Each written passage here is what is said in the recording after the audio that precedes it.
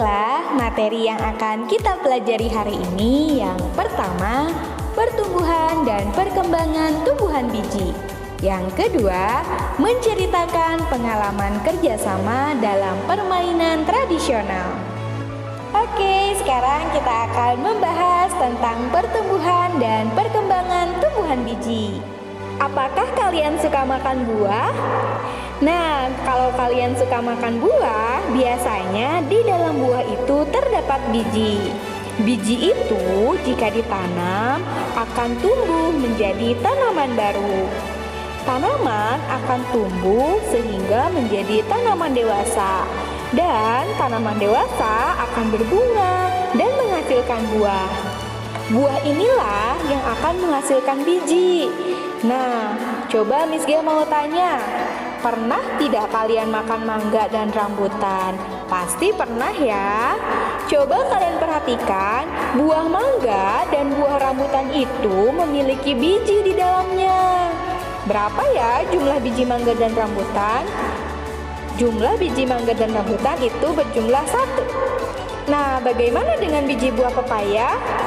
Biji buah pepaya itu ternyata berbiji banyak ya. Teman-teman tahu tidak, biji itu kalau kita tanam, maka dia akan tumbuh menjadi tanaman baru.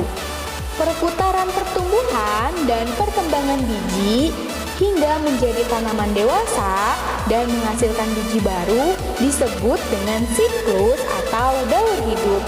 Yuk kita perhatikan bersama-sama gambar bagian-bagian biji yang ada di samping. Ternyata di dalam biji itu terdapat beberapa bagian.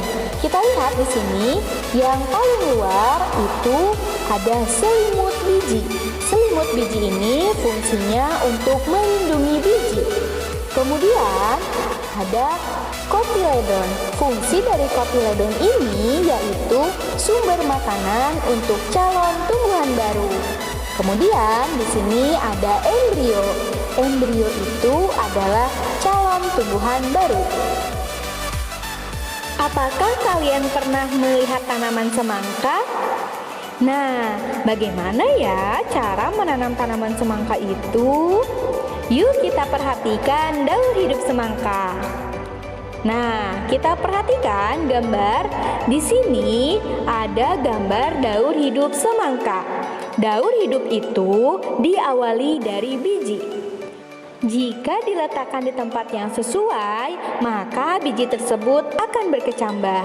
Tempat yang sesuai untuk pertumbuhan biji adalah tempat yang basah.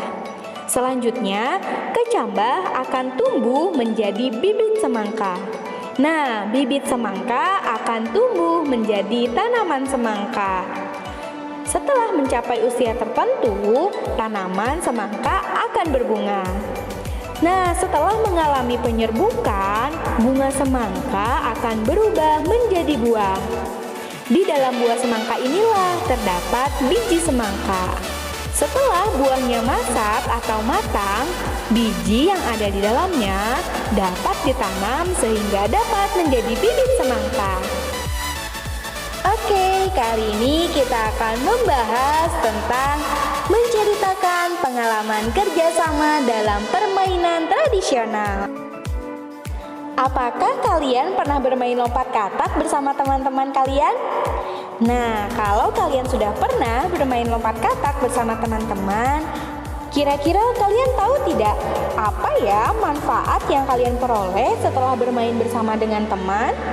Nah, selama kalian bermain, kalian tentu banyak melakukan kerjasama. Apa ya yang dimaksud dengan kerjasama? Nah, kerjasama adalah usaha sekelompok orang untuk mencapai tujuan bersama. Kegiatan ini dilakukan untuk mencapai kebaikan bersama. Kerjasama tidak boleh dilakukan untuk keburukan, harus untuk kebaikan. Kerjasama dapat dilakukan di lingkungan rumah, sekolah, dan masyarakat. Ternyata kegiatan ini juga dapat dilakukan dalam melakukan permainan tradisional. Seperti pada contoh, di sini ada gambar sekelompok anak-anak sedang bermain tarik tambang. Di sini mereka berusaha untuk mencapai tujuan bersama. Tujuan mereka yaitu memenangkan permainan tersebut dengan cara